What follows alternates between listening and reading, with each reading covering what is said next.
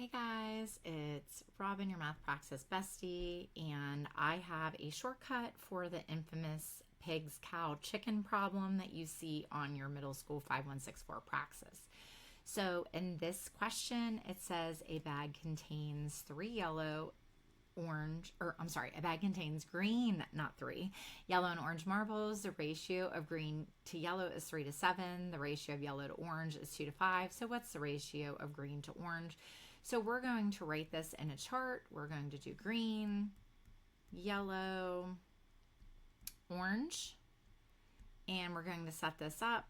Green to yellow is 3 to 7, and yellow to orange is 2 to 5.